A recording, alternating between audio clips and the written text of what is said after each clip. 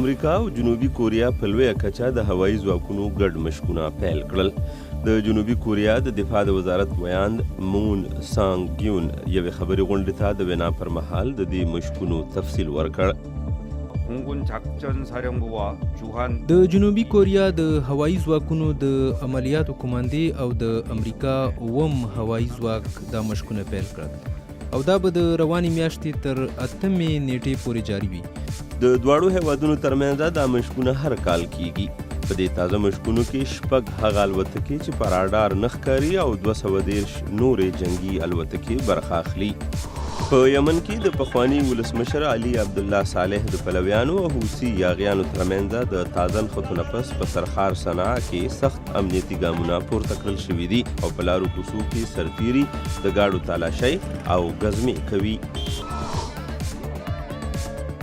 د امریکا په مین ریاست کې 160 کسانو د سانتا کلاس په جامو کې د 18 سالانه سانتا سنډې د ورځې لمانځلو په موخه په واورو د خویدو مظاهره وکړه.